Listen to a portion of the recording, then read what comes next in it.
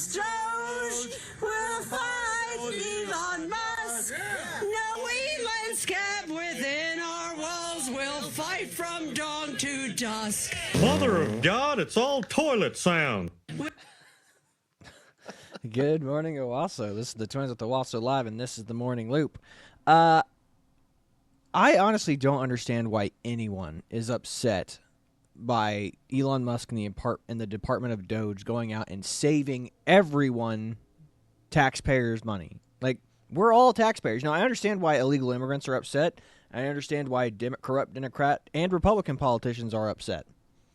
But I don't understand why regular, average Americans could be upset by this. If you are a Democrat or you are someone who is on the left and you aren't happy by the fact that your tax dollars being saved, but again, is it just because you're all actually communists and you think that USAID was the best way to redistribute people's wealth and the government's wealth? I don't know, folks, but I mean, if you're upset by what's going on, I question your sanity, I question your morality, and I question your logical thought process. Yeah. You don't have a leg to stand on at this point. I mean, they demanded to see Trump's, tax returns and all that. He sends them out, and then Trump's asking for transparency within government-funded programs, and the Democrats are freaking out about it. So the only thing that they can logically tell you is that they're getting money from these things in some way, some sort of kickback. And another interesting point is there's no youth in that crowd. Like, those are all older people. Like, this is your party, Democrats. Like your party, like all your politicians are old, washed-up has-beens, like Nancy Pelosi, Chuck Schumer. Like, look at the Republican parties, like all the ones that Trump just appointed. They're all relatively young, like in their 30s and some 40s. Like, these guys are all the Democratic politicians besides AOC are well within their 50s, 60s, 70s. And they were talking about this on the Tim Pool the other night. Like, AOC is not a politician of her district. She's a politician that gets elected because people outside of her district fund her. People in her district don't like her. People out again. She is a social media candidate. She's like Beto. Like, Beto wasn't funded by Texas. Beto was funded by California. AOC isn't funded by her district. Yep. She's funded by dumb socialists and communists outside of her district. This is what I talked with people about. How did a Texas senator candidate get on late-night show hosts in California and New York? Ted Cruz wasn't given that. I said, it's Texas. Why is New York and California having a say in a Texas election? Scary stuff, man. But yeah, what do you got for us, Chad? You just start rolling through the memes. I want to watch this one more time. Okay. Against DOGE, we'll fight Elon Musk. No Elon scab within our walls. Is that Taylor Swift singing? From dawn to dusk. Mother of God, it's all toilet sound. We'll fight it. It's all toilet sounds. That's I mean, my God. I mean, is that cool, Democrats? Is this who you want to be associated and affiliated with anymore? It's crazy to me. Absolutely crazy. So do you want to start with the memes, or do you want to start with the article that I have pulled Whatever up you here? want to do, buddy. We'll do the article first. All right. This is from Politico. So voters were right about the economy. The data was wrong. So basically, you were lied to, Democrats. So what else is your party lying to you about is what I have to ask you.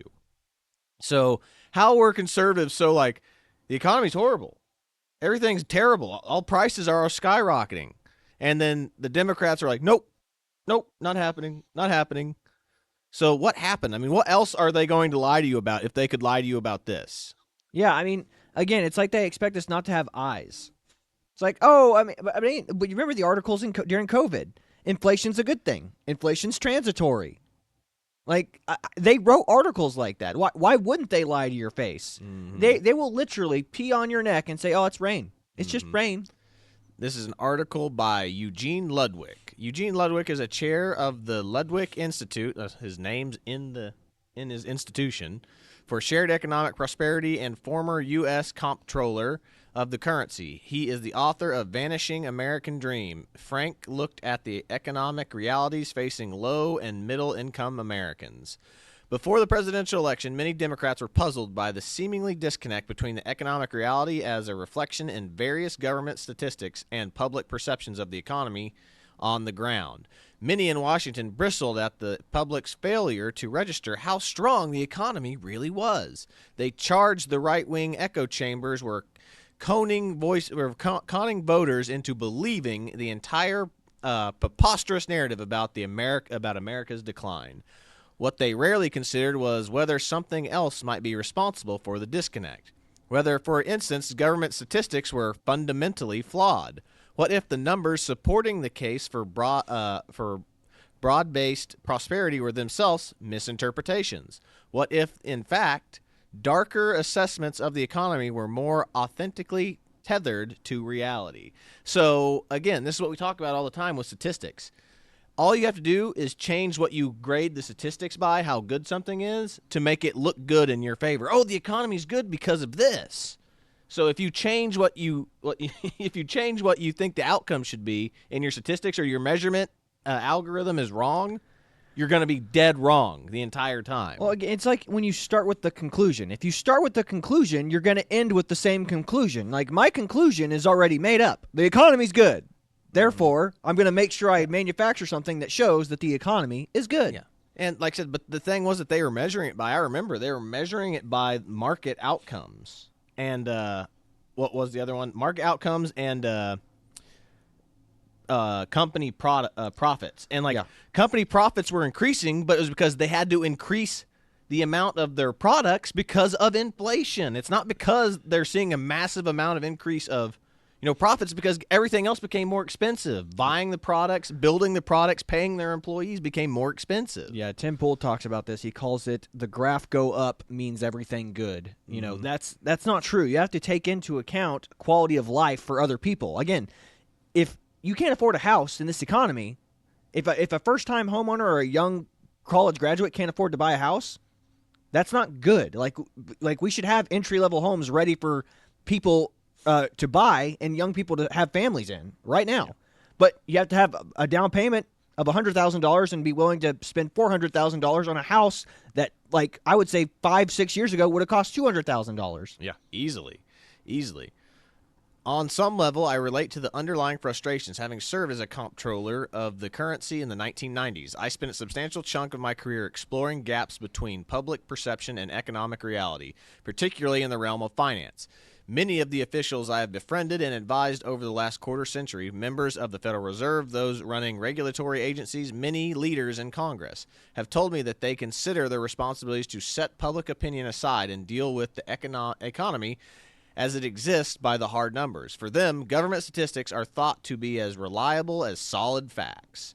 In recent years, however, my focus has broadened beyond finances to the economy as a whole, which an economy is made up of people, too. That's what they forget. Like, numbers are not just the economy. It's also the people who make the economy. Let's see here.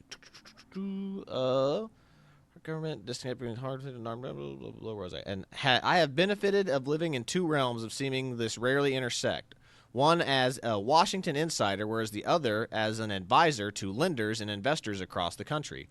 Toggling between the two has led me to be increasingly skeptical that the government measurements properly capture the realities defining unemployment, wage growth, and strength of the economy as a whole. Yes, because politicians will twist numbers to their benefit. That's what they always do. It's like when we were at the educators, like I was at one of the summits here in Owasso at the city, one of the chamber meetings, and like they changed all the numbers seem to be down on education, but they changed it. Just look, there's positive growth here, and you're just like, is that good, or are you changing the numbers to look good in your favor? And not saying that maybe it's not, maybe she's right, but I didn't know enough and I didn't research into the numbers to know. But I'm just like, if you have to change how you're measuring something, generally speaking, that's not a good thing. Yeah, and if there's a group of people I'm really not going to trust with statistics, it's kind of teachers at this point in time. I mean, as corrupt as the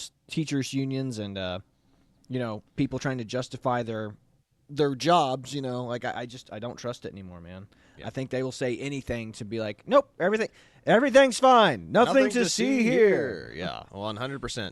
These numbers have time again suggested in many in Washington that unemployment rates were low, wages were growing for middle America, and that to a greater or lesser degree, economic growth is lifted all boats a year upon year. Yeah, that's the whole graph go up thing. Graph go up means good. Companies make more profits. That means good. It's like, but are you paying your employees a wage where they can afford to buy a house in this market? You know what I mean? It's like, that's what matters. Like, I mean, do I want the companies to be profitable? Yes. If a company's not profitable, it's not going to succeed.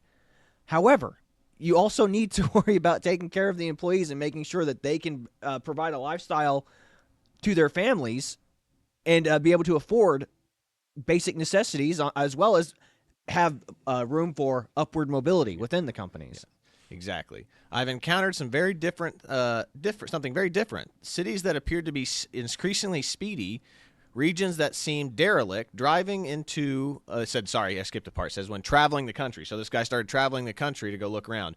Regions seemed derelict, driving into office each day in Washington. I noticed homeless encampments fixed outside the Federal Reserve itself and began to detect a second pattern inside and outside D.C. alike. Democrats, on the whole, seem much more inclined to believe that the economic indicators reported. Republicans, by contrast, seem more inclined to believe what they were seeing with their own two eyes. Imagine that. And this is what we talk about, like with generals and stuff, like coming to visit like troops on the ground. It's like you need to know what your troops are experiencing on the ground, not just being in your command unit far away going, they're just not doing what I'm telling them. They're not doing the plan properly. It's like you have to get down on the ground. Like says something can change. There's a factor that could be on the ground that you're not seeing, that your average soldier or person, in this case for the economy's sake, can see that you're not seeing. Yeah, again, I mean, none of the Washington's elite. Again, the fact that, remember that Facebook post I told you, it's like one of our friends from college was like going, price of eggs gone up, so I guess voting for Trump didn't do anything for you. Are you freaking kidding me? Like, it's been 3 weeks. Do you think it's going to be like that? Mm-hmm. I mean, he's got to allow the farmers to farm. He's got to remove some of this. Where was this like, hey, we need to see changes immediately right off the bat? We didn't see that. I mean, the economic like stabilization under Biden took all 4 years of his presidency to finally start seeing some good come from it. But they gave him that benefit of the doubt. But Trump, like, nope.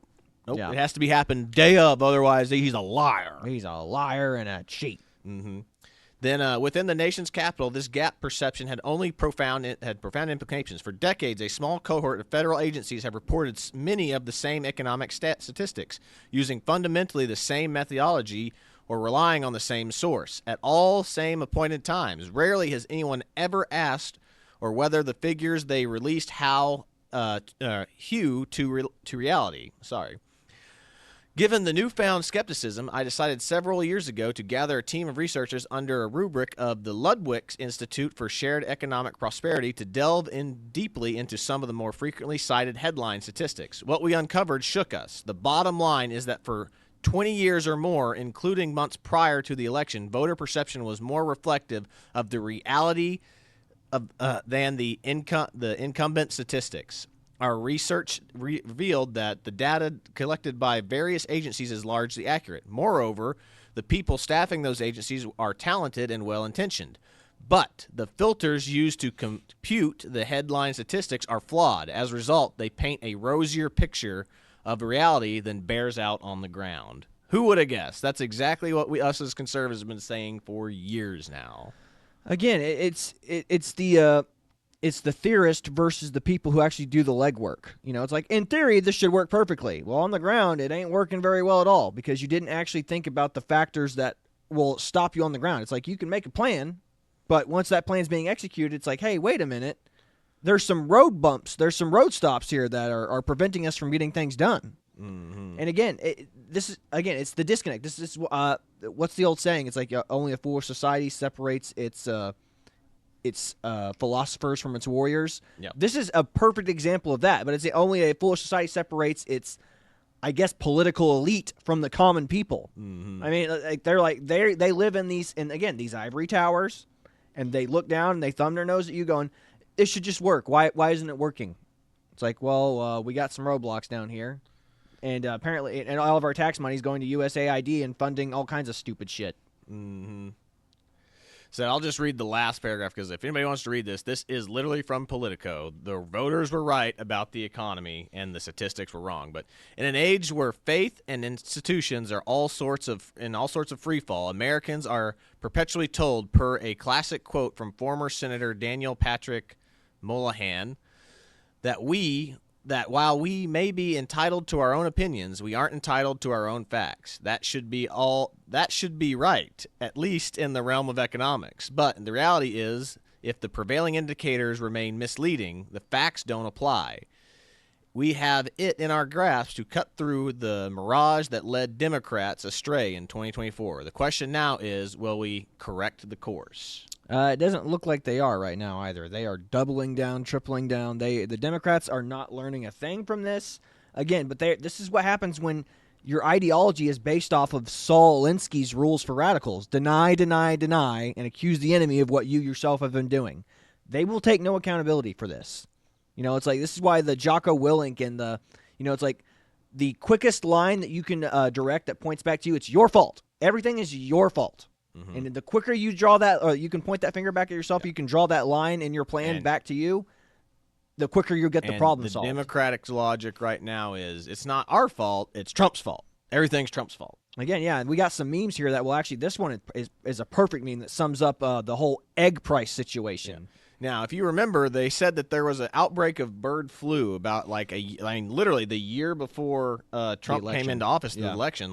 So they started culling all the chickens that they said that they found the bird flu with. Well, as it turns out, there really wasn't that big of an outbreak of bird flu. It was Biden trying to increase, at least allegedly, trying to tank the economy for Trump's incoming presidency. Again, we expected this would happen. We told you the Democrats were going to take a dump on the dinner table and expect Trump to come in and clean up the mess. That's what they did.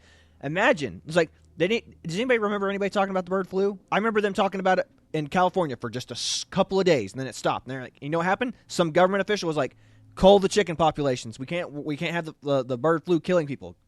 So they cull a bunch of chickens. And guess what happens? When there's less chickens, there's less eggs. And the price of eggs go up. They did everything in their power to sabotage Trump, and this little political cartoon sums that up perfectly. It says, good luck with the price of eggs, and at USAID, USAID or whatever. USAID. Yeah, and then 1 million chickens being killed in 2024, and it's just Biden sitting there holding the money from all that crap and running away. So, good Lord. Yep. Again, I bet you none of y'all heard of that. So, do you remember the bird flu? Yeah. This next one's great. Russell Brand posted this. Democrats warn Trump's unelected shadow government is dismantling their unelected shadow government. Yeah. I mean, way to go, Russell Brand. I love Russell Brand's a political awakening and as Christian awakening, too. It's so awesome that he found God and got saved. But, yeah. I mean, again, Democrats, accuse your enemies of what you yourself are doing. Saul Alinsky's rules for radicals. That's what they're doing. I mean, Trump is saving us. What you have the tax collector or whatever running. I mean, he saved us like $83 billion already. Yep. Next one I have. That's money in your pocket. Yep. Next one I have pulled up here is protest with USAID. And, yeah, if you remember, they did find out that Black Lives Matter and a bunch of other Democratic protests were funded by USAID. And, they were the ones. Don't call it USAID. It's USAID. Yeah, USAID. And they were the ones putting, those bricks, people were saying, there's, just cartons of bricks and, Molotov cocktail stuff just randomly showing up to these things. It's it was USAID funding this crap. Our tax dollars funding the destruction of our cities. Yep. Says here, with aid, without it, and there's only one person there. That's hilarious, which that's true. There was a couple of protests scheduled in Washington, D.C., and the weather got cold, and supposedly the funding got cut out, and there was nobody showed up. 5 people showed up. You have to remember a couple of things. A lot of these protesters are paid to be there. The true zealots are paid to be there. Number 2, all protesters are fair weather protesters. BLM ain't going to be rioting, and again, it's the whole Jussie Smollett thing. Do you think people who despise black people are going to be walking out in a polar vortex just to get a chance at pouring bleach on a black person? Heck no. Mm-hmm. Racism's a fair weather sport. So is activism and protesting. It's a fair weather sport. It better be nice out without inclement weather. and we'll be there and protest in forms. But if it's cold, I need to be sitting in Starbucks drinking a hot chocolate. I can't be out there in that cold. Yeah, you can't be a revolutionary and holding your Starbucks coffee cup at the same time. Or That's your not- iPhone, you know? So next one I have here is, it's a Simpsons meme. It says, it's all these MAGA people saying, say the line, Harry Bull. Yeah! Again, I mean, Elon Musk and these kids, these genius, like 18, 19-year-old kids that he's got auditing the government right now. I mean, we're talking about gamer tags here. Like, back in the day, it's like child predator, you know? It's like Harry Balls. Like, this is stuff that high school kids make up for their gamer tags. Like, I cannot believe that, you know, the mainstream media is going on this, but they have nothing. Like, if they say if they say a ridiculous gamer tag or username, it's like, well, at least that's something crazy that we're putting out there, something worth reporting that people will hopefully click in and tune on. That's how desperate the media is right now, man. Harry Balls. Yeah, this next one I have pulled up is It's an NPC versus the Chad meme, and it says Republicans will be exposed by this too, and the Chad is like, good. Yeah, and we are. I said Republicans. I want all corrupt Republicans out. Like, I think Mitch McConnell needs to get his little happy ass out of Congress. Yeah, right his tortoise-looking butt out. Yeah, I mean, again, you don't think that we don't want the rhinos gone? Like, every single Republican wants the corrupt Republicans who are taking bribes and getting paid by USAID out too. None of us want them in there. We want we want politicians of good moral character who have integrity. And if we can get those kind of people in, people who think they're going to answer to a higher authority one day, the world will become a significantly better place. Yep.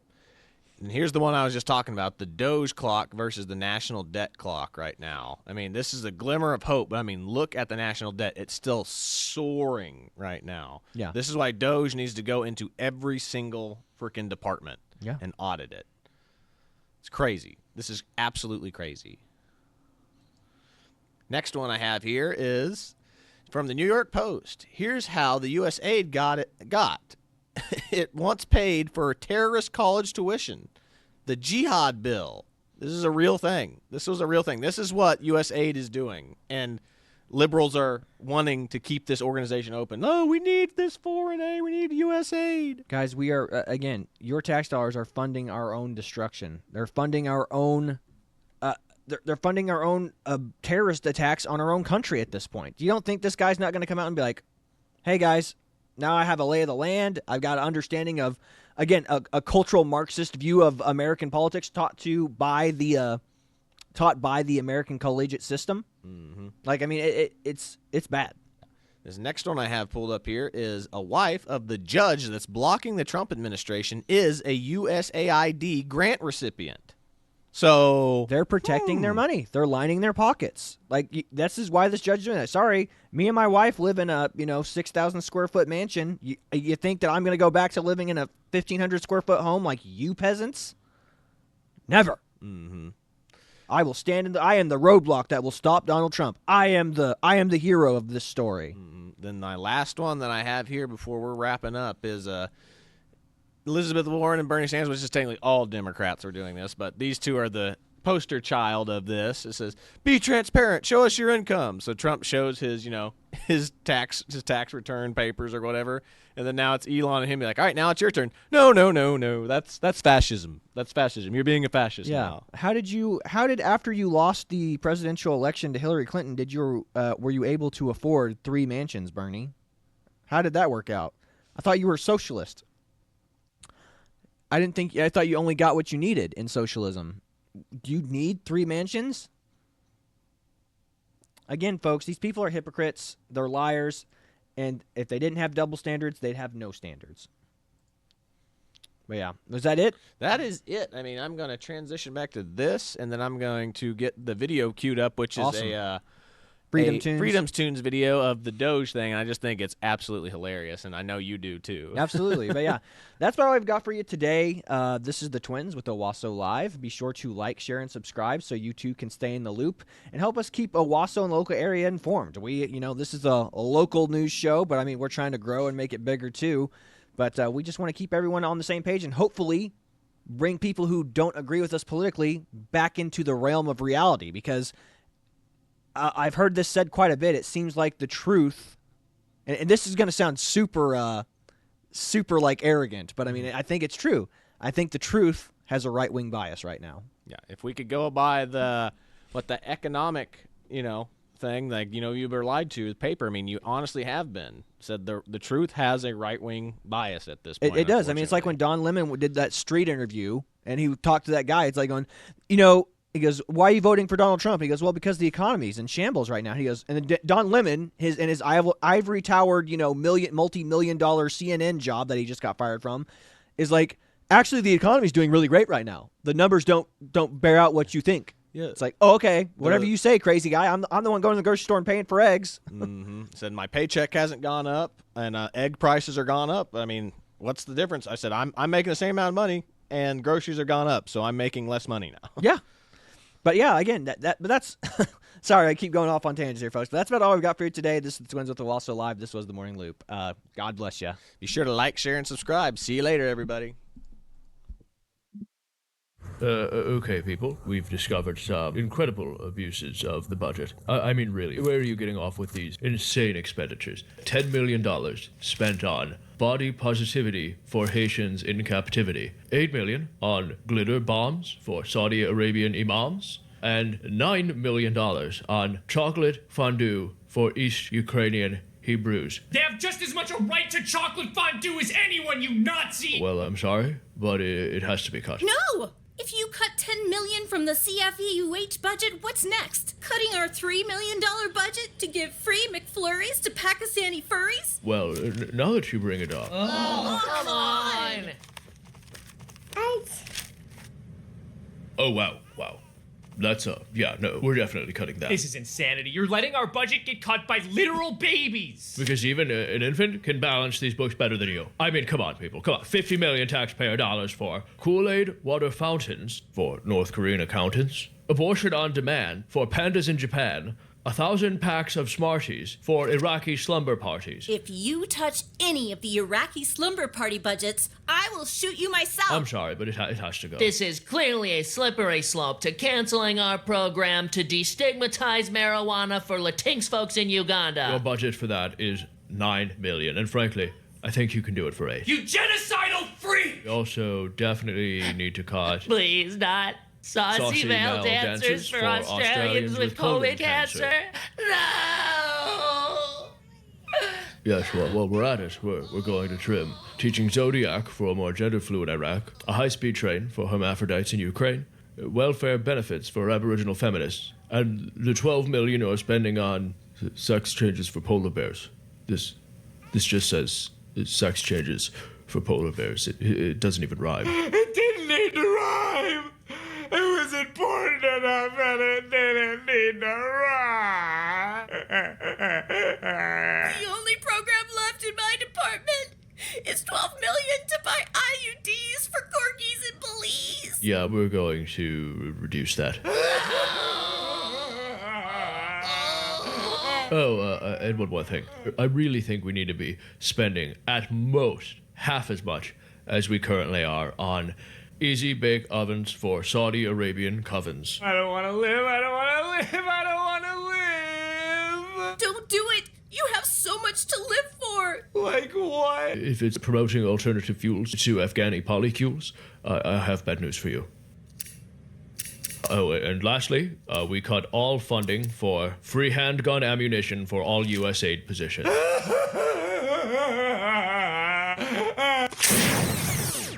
Testing 1, 2, 3. Okay. Hollow ad take 1. Stealing is wrong! Get your